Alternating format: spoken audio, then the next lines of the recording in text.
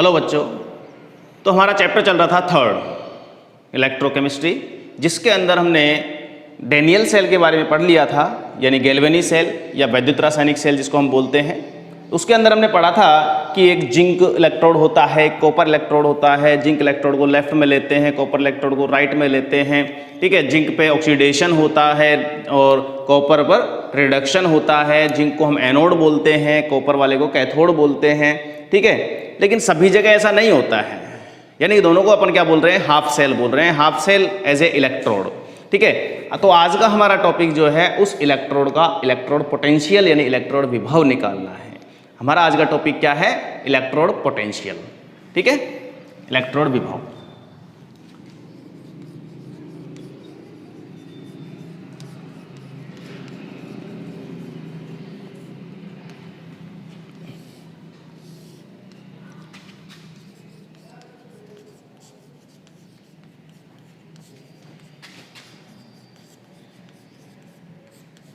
देखिए, electrode potential के अंदर हम देखते हैं, एक एग्जांपल लेते हैं। एक इस तरह से जैसे अपन ने हाफ सेल लिया था डेनियल सेल के अंदर या गैल्वेनी सेल के अंदर, हम तीन कंडीशन ले रहे हैं यहाँ पे।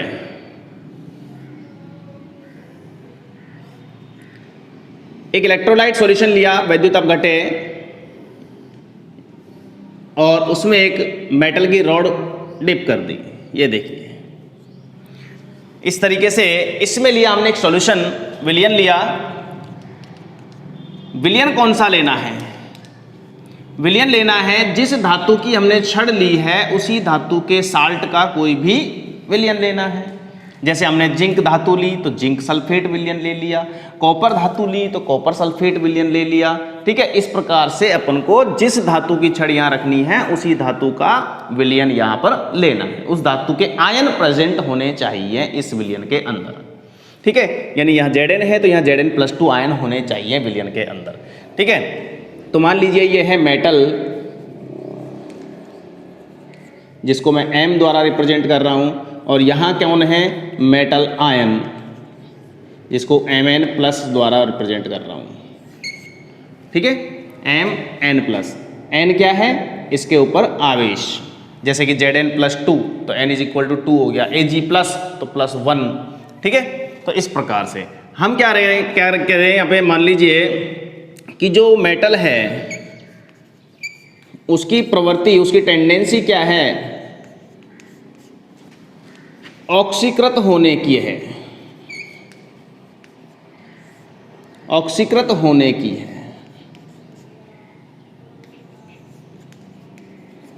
तो हम क्या कहेंगे कि ये जो मेटल है, ये मेटल सॉलिड स्टेट के अंदर है, ये क्या करता है, n इलेक्ट्रॉन त्याग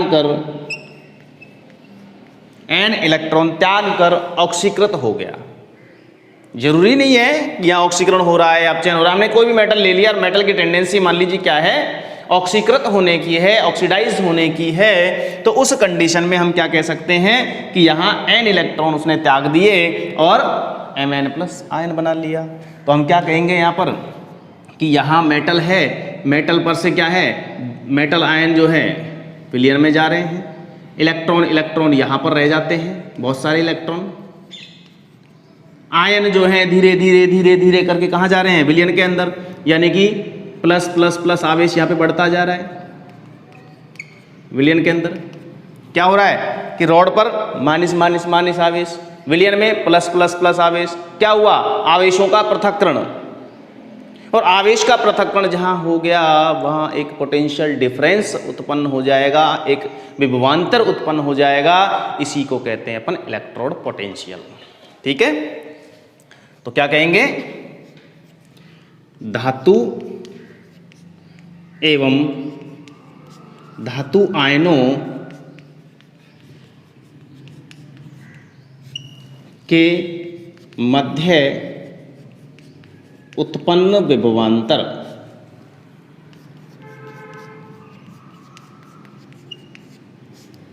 विभवांतर क्या कहलाता है, electrode potential. Electrode potential, electrode विभव। किस कंडीशन में, साम्यावस्था में। इक्विलिब्रियम स्टेट के अंदर। साम्यावस्था क्या है ये समझो।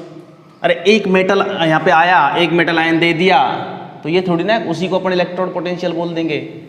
दूसरा आया, तीसरा आया, चौथा आया, इस तरह से कंटिन्यू चलते जा रहे हैं, आयन बनते जा रहे हैं, आयन बनते जाएंगे, पोटेंशियल बढ़ता जाएगा, इलेक्ट्रोड पोटेंशियल बढ़ता जाएगा। एक समय ऐसा आएगा जब इलेक्ट्रोड पोटेंशियल स्थिर हो जाएगा, यानी कि मेटल आयन जो है यहाँ पर क्या है, इक्विलिब्रियम स्टेट में आ जाएंगे, साम्यावस्था के अंदर आ जाएंगे। उस कंडीशन में उस इलेक्ट्रोड का जो इलेक्ट्रोड पोटेंशियल होता है, जो विभवांतर होता है, वही कहलाता है इलेक्ट्रोड विभव, इलेक्ट्रोड पोटेंशियल।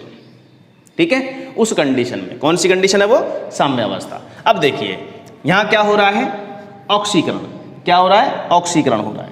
ऑक्सीकरण हो रहा है तो हम कहेंगे इसका दूसरा नाम क्या है, OP, मतलब ऑक्सीकरण विभव।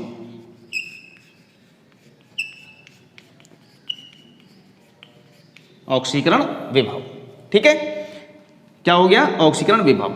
ऑक्सीकरण विभव यानी ऑक्सीडेशन पोटेंशियल क्यों बोल रहे हैं, क्योंकि इस वाले इलेक्ट्रोड पर क्या हो रहा है, ऑक्सीडेशन हो रहा है।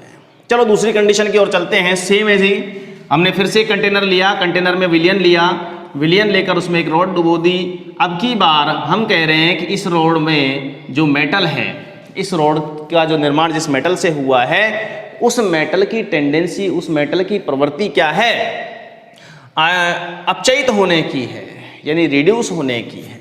हम क्या कह रहे हैं कि मेटल जो है वो क्या हो रही है, यहाँ पे रिड्यूस, अपचयित हो रही है। धातु की प्रवृत्ति कैसी है, अपचयित होने की है। तो हम क्या कहेंगे भाई कि यहाँ पे जो मेटल है, यहाँ पे कौन है, मेटल आयन है, ये मेटल आयन यहाँ जाएंगे, यहाँ से इलेक्ट्रॉनों को ग्रहण करेंगे और क्या बना लेंगे, मेटल।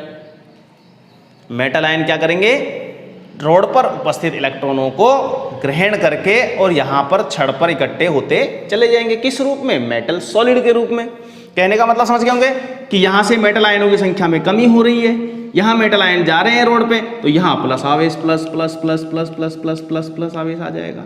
और विलयन में क्या हो जाएगा, माइनस आवेश। क्यों आया माइनस आवेश, क्योंकि यहाँ से मेटल आयन कम होते जा रहे हैं और मेटल आयन जो हैं, धनायन जो हैं, उनके साथ में जो ऋणायन थे उनकी संख्या में वृद्धि होती जा रही है, यानी कि यहाँ कौन सा आवेश आ गया, माइनस आवेश। फिर से वही काम हुआ, मतलब पोटेंशियल डिफरेंस। आवेशों का पृथक्करण होने से क्या उत्पन्न हुआ, पोटेंशियल डिफरेंस, बोले तो विभवांतर। और जो विभवांतर उत्पन्न हुआ उसी को क्या बोल रहे हैं अपन, उसको क्या बोल रहे हैं, इलेक्ट्रोड पोटेंशियल। जैसे ही ये साम्यावस्था के अंदर आता है तो हम क्या बोल देते हैं उसको, इलेक्ट्रोड पोटेंशियल। समझ में आ गई बात। तो मेटल और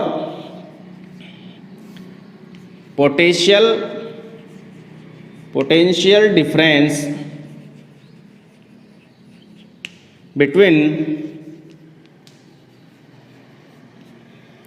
between metal and metal ion at equilibrium condition।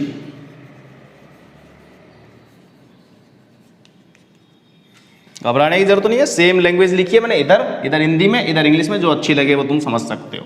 ठीक है, क्या कहलाता है, इलेक्ट्रोड पोटेंशियल।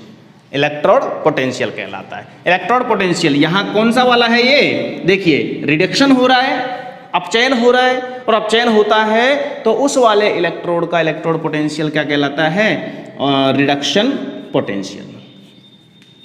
रिडक्शन पोटेंशियल, अपचयन विभव। बोलो यहाँ तक कोई दिक्कत, मेरे ख्याल से नहीं होनी चाहिए, इजीली समझ सकते हो। बहुत आसान सा टॉपिक है, बहुत आसान सा टॉपिक है, लेकिन थोड़ा लंबा है। ये मत समझना कि आज की वीडियो में ही अपना इलेक्ट्रोड पोटेंशियल खत्म हो जाएगा। एक और वीडियो आएगा जिसमें इलेक्ट्रोड पोटेंशियल पढ़ेंगे अपन, सेल विभव पढ़ेंगे अपन आज, ठीक है ना।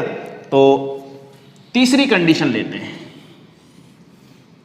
तीसरी कंडीशन लेते हैं। यहाँ मेटल है, यहाँ मेटल आयन है, ये यहाँ न तो ये जाते हैं न ये यहाँ आते हैं। इसका मतलब न तो मेटल ऑक्सीडाइज हो रहा है और न ही मेटल आयन रिड्यूस हो रहे हैं, न तो ऑक्सीकरण होता है न अपचयन होता है, यानी कि नल इलेक्ट्रोड। ऐसे इलेक्ट्रोड क्या कहलाते हैं? नल इलेक्ट्रोड। दूसरा नाम है इनर्ट, नल इलेक्ट्रोड का दूसरा नाम क्या होता है? शून्य इलेक्ट्रोड। शून्य इलेक्ट्रोड दिख तो रहा है ना तुमको? देखते हो पूरा बोर्ड आ रहा है कि नहीं आ रहा है? हाँ, गड़बड़ हो रही है।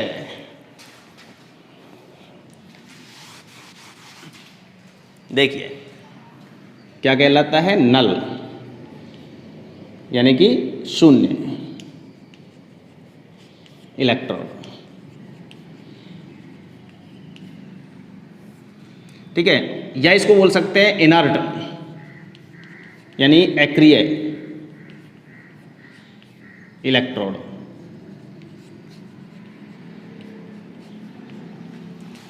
क्लियर हो गया? तो इस तरह से इसको एज इट इज एक बार उतार लो साफ सुथरा सा, कि लिखेंगे क्या कि माना एक धातु के लवण के जलीय विलयन में, धातु के लवण के जलीय विलयन में एक धातु की छड़ रखी जाती है, तो 3 प्रकार की संभावनाएं होती हैं। 3 प्रकार की संभावनाएं होती हैं, तीनों को एक एक करके उतार लो। तीनों के डायग्राम बना लेना। तीनों में लिख देंगे यदि यदि धातु की प्रवृत्ति ऑक्सीकृत होने की है, अर्थात इस तरीके से, तो धातु एवं धातु आयनों के मध्य उत्पन्न, या धातु एवं धातु आयनों के मध्य साम्यावस्था में उत्पन्न विभवांतर क्या कहलाता है? ऑक्सीकरण विभव कहलाता है। ऑक्सीकरण विभव कहलाता है। दूसरी कंडीशन में ये डायग्राम बनाएंगे, फिर से लिखेंगे यदि धातु की प्रवृत्ति अपचयित होने की है, अर्थात इलेक्ट्रॉन ग्रहण करने की है, तो उस कंडीशन में साम्यावस्था में धातु एवं धातु आयनों के मध्य उत्पन्न विभवांतर रिडक्शन पोटेंशियल कहलाता है, अपचयन विभव कहलाता है।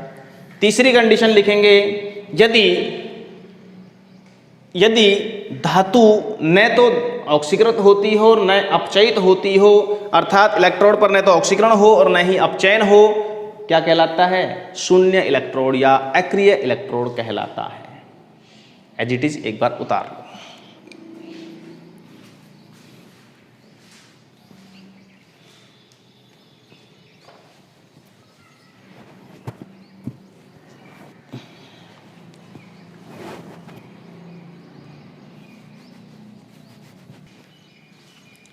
देखिए, तो ये तो बात हुई किसकी?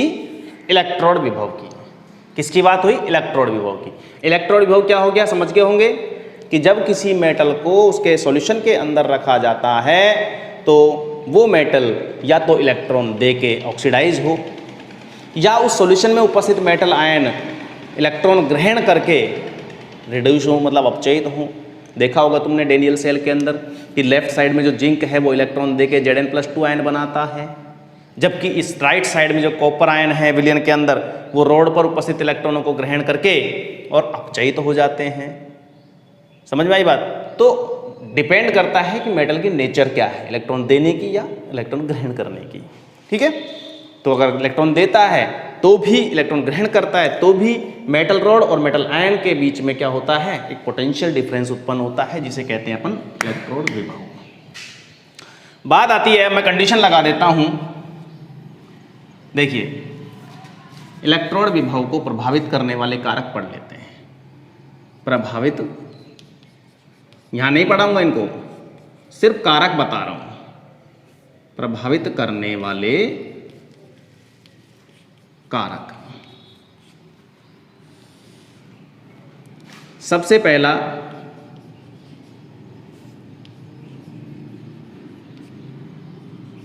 धातु की प्रकृति। धातु की प्रकृति, देखिए धातु अगर मान लीजिए अलग अलग है, Zn+2 है, Cu+2 है, या Fe+2 है, ठीक है, तो तीनों का इलेक्ट्रॉन पोटेंशियल अलग अलग होगा, क्योंकि तीनों के इलेक्ट्रॉन त्यागने की या इलेक्ट्रॉन ग्रहण करने की जो प्रवृत्ति है वो अलग अलग होती है।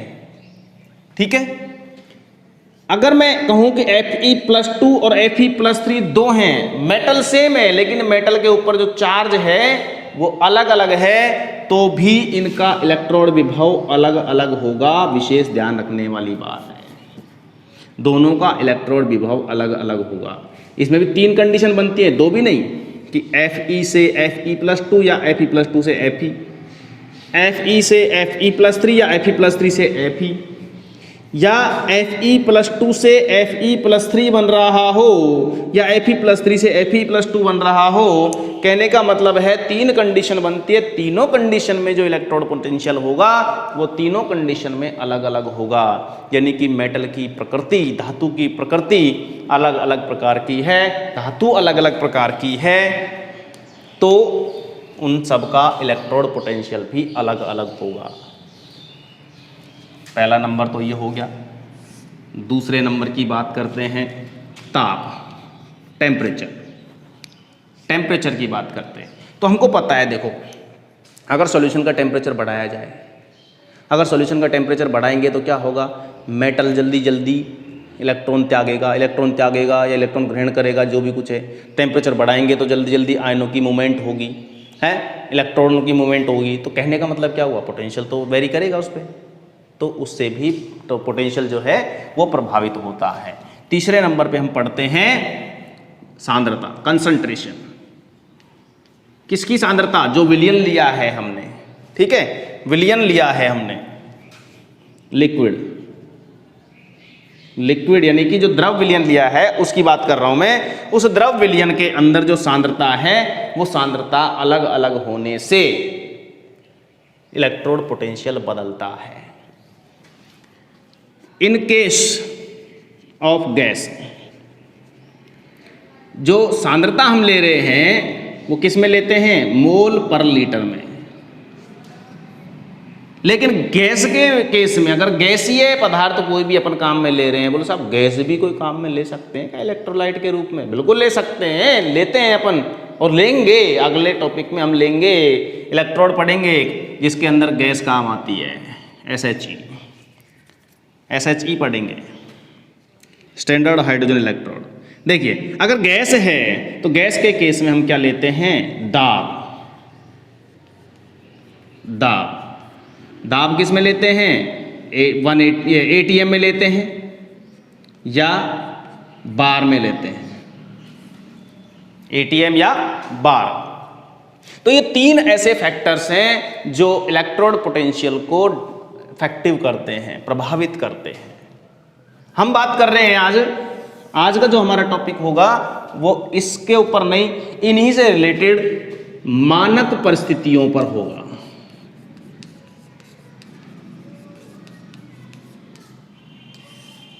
मानक परिस्थितियों पर होगा। मानक परिस्थितियों से मतलब क्या है, यहां पर देखिए, विलयन की सांद्रता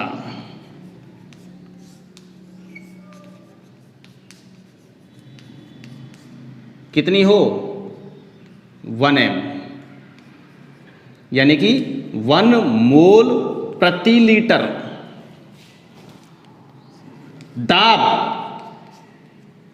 दाब कितना हो, 1 ATM या लगभग 1 बार, 1 ATM और 1 बार। देखिए वैसे 1 ATM और 1 बार जो है सेम नहीं होते हैं, बता देता हूं। 1 ATM इज इक्वल टू 1.013 बार, यानी कि बार जो वैल्यू है, बार में जो वैल्यू है दाब की वो थोड़ी सी कम होती है, थोड़ी सी कम, ज़्यादा नहीं। यानी कि बार को इतने से मल्टीप्लाई करेंगे तब जाके वो 1 ATM के बराबर होगा। समझ में आ गई बात? तो लगभग बराबर ही हो गया, 1 के बराबर ही हो गया, कोई ज़्यादा नहीं है डिफरेंस, इसलिए 1 ATM या 1 बार। अगर ताप की बात करें, टेम्परेचर की बात करें, तो वो होना चाहिए कितना, बोलो परमताप कुछ नहीं, परमताप होता है, एब्सोल्यूट टेम्परेचर क्या होता है, टेम्परेचर इन केल्विन। तो ध्यान रखें 273 नहीं होता है, वो 298 केल्विन होता है, 25 डिग्री सेंटीग्रेड। अब बोलो साहब 25 डिग्री सेंटीग्रेड क्यों ना लिखो, 25 डिग्री सेंटीग्रेड क्यों ना लिखो? अरे 25 डिग्री सेंटीग्रेड में टेम्परेचर है और हम किस में लेते हैं? केल्विन के अंदर। तो परम ताप क्या है? एब्सोल्यूट टेम्परेचर क्या है? Temperature in kelvin. एक होता है एब्सोल्यूट जीरो टेम्परेचर, उसको कहते हैं अपन जीरो केल्विन, माइनस के 273 डिग्री सेंटीग्रेड। ठीक है, तो ये हो गया अपना मानक परिस्थितियां, स्टैंडर्ड कंडीशंस। स्टैंडर्ड कंडीशंस, अगर मान लीजिए किसी भी सेल को अपन या किसी भी इलेक्ट्रोड को अपन इन कंडीशंस के अंदर बनाते हैं या रखते हैं, उस कंडीशन में उसका इलेक्ट्रोड पोटेंशियल, उस इलेक्ट्रोड का पर्टिकुलर इलेक्ट्रोड पोटेंशियल वो निश्चित मान हो जाता है, क्योंकि हमने सब कुछ ही निश्चित ले लिया यार। बोले एक सॉल्यूशन लिया, सॉल्यूशन की कंसंट्रेशन कितनी हो गई? 1 m। ये लो जी, उसका टेम्परेचर रखा हमने 298 केल्विन, 298। टेम्परेचर फिक्स कर दिया, मेटल रोड उसमें जैसे डिप करेंगे उस टाइम उसके इलेक्ट्रोड पोटेंशियल की जब अपन गणना करते हैं तो वो मान हमेशा समान आएगा, चाहे तुम अब कर लो चाहे तुम कल कर लो, कितने भी बार करोगे हमेशा इलेक्ट्रोड पोटेंशियल सेम आएगा। ऐसी कंडीशन में हम कहते हैं जो ओपी है, जिसको हम बोलते हैं ऑक्सीडेशन पोटेंशियल, वो क्या बन जाएगा? SOP, standard oxidation potential. Standard oxidation potential. जो ईपी था, सॉरी ईपी नहीं, आरपी, रिडक्शन पोटेंशियल जो है, अपचयन विभव जो है, उसको हम क्या कह देंगे? SRP, standard reduction potential. अपचयन विभव को बोल दिया मानक अपचयन विभव, ऑक्सीकरण विभव को बोल दिया मानक ऑक्सीकरण विभव। आ गई बात समझ में? यदि कंडीशंस ये लगे तो, और ये मान निश्चित होते हैं, बार बार बोल रहा हूँ, कांस्टेंट होते हैं, और ये मान हमको दिए हुए रहते हैं। ठीक है, ये मान हमको दिए हुए रहते हैं। अगला एक टॉपिक आएगा इलेक्ट्रोकेमिकल सीरीज, जिसके अंदर हम पढ़ेंगे अलग अलग मेटल के लिए कि उसके लिए एसआरपी का मान क्या होता है, एसओपी का मान क्या होता है, ये देखना है अपन को। यहाँ तक मेरे ख्याल से कोई दिक्कत नहीं होनी चाहिए कि एसआरपी क्या है, एसओपी क्या है। ठीक है, कि मानक परिस्थितियों में धातु की इलेक्ट्रॉन प्रदान करने की या इलेक्ट्रॉन देने की जो प्रवृत्ति कहलाती है वो है एसओपी, मतलब मानक ऑक्सीकरण विभव। मानक परिस्थितियों में धातु की इलेक्ट्रॉन ग्रहण करने की जो प्रवृत्ति है वो कहलाती है एसआरपी। अब देखो 4 परिभाषाएं हो गई हैं, दोबारा रिपीट कर देता हूं। पहली थी अपने पास ऑक्सीकरण विभव, दूसरी है अपचयन विभव जो पहले लिखवा चुका हूं अभी, फिर हेडिंग डालेंगे मानक ऑक्सीकरण विभव और मानक अपचयन विभव। तो मानक परिस्थितियां लगा दो, पहली वाली परिभाषाओं में सेम हो जाएगी परिभाषा, सेम डेफिनेशन हो जाएगी, उतार लो।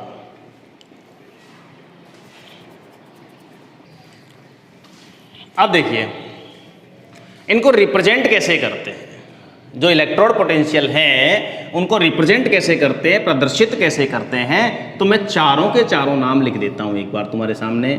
ऑक्सीकरण विभव,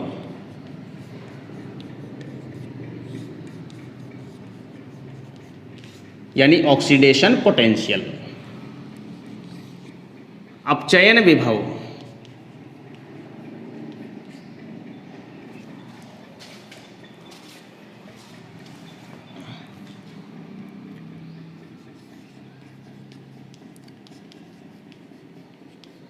यानी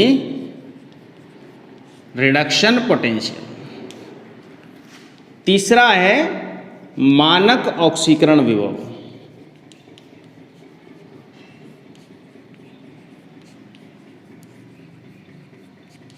यानी स्टैंडर्ड ऑक्सीडेशन पोटेंशियल एसओपी, मानक अपचयन विभव,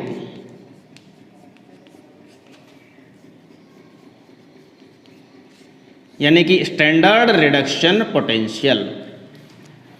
तो ये 4 शब्द हमने अभी पढ़े हैं, चारों शब्दों को अपन इस तरह से देखो रिप्रेजेंट करेंगे। ये देखिए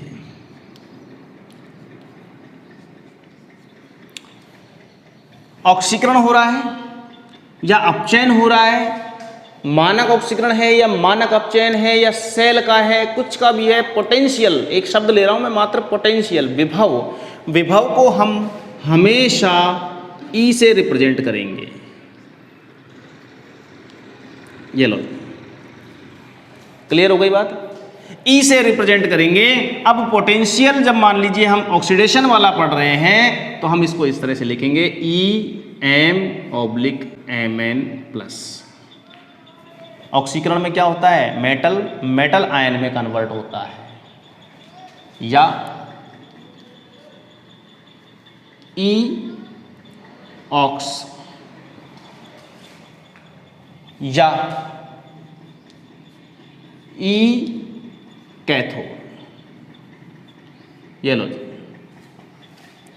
E-कैथोड, कैथोड से मतलब, अरे हम सॉरी एनोड, ऑक्सीडेशन है ना, एनोड। E-एनोड, एनोड से मतलब हमको पता है एनोड पे हमेशा क्या होता है, ऑक्सीडेशन होता है, और कैथोड पे क्या होता है, अपचयन होता है। तो ऐसे ही यदि हम रिडक्शन पोटेंशियल की बात करें तो रिडक्शन पोटेंशियल को हम लिख सकते हैं Mn+N ion, sorry M+N ion जो है कन्वर्ट होते हैं मेटल में, इसको हम लिख सकते हैं E रेड यानी रिडक्शन, या इसको हम लिख सकते हैं E कैथोड। ये लीजिए, ठीक है।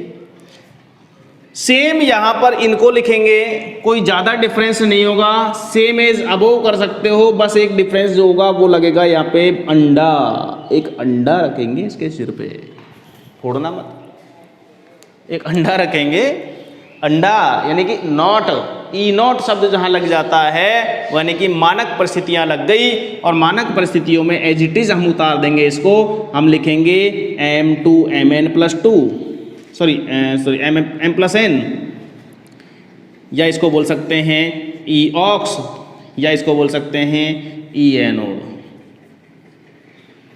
ठीक है। इसी तरह से M+N/M, या इसको हम बोल सकते हैं E0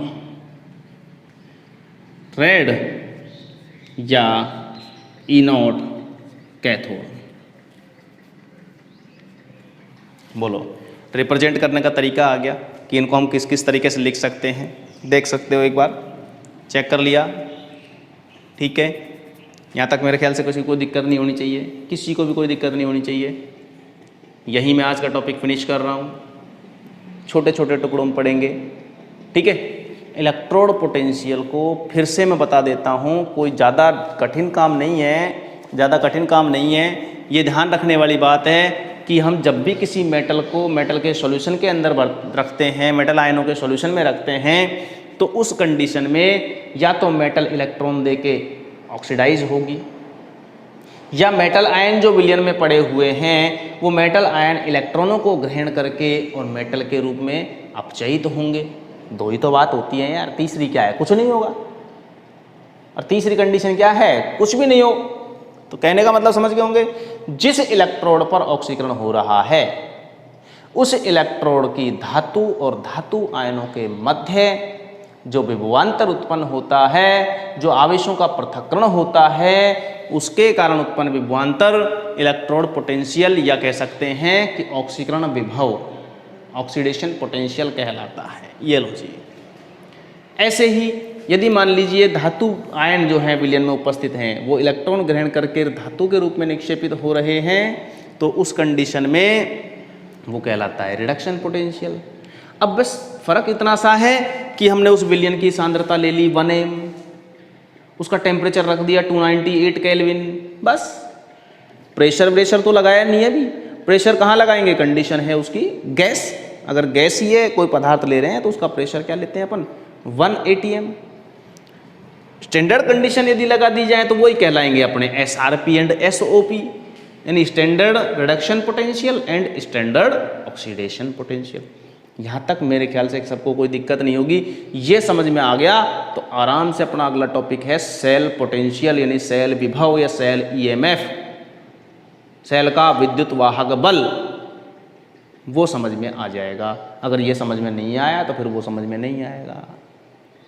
मेरे ख्याल से यहाँ तक कोई दिक्कत नहीं है, उतार लो और अगले वीडियो में अपन सेल विभव पढ़ेंगे। ठीक है, चलिए।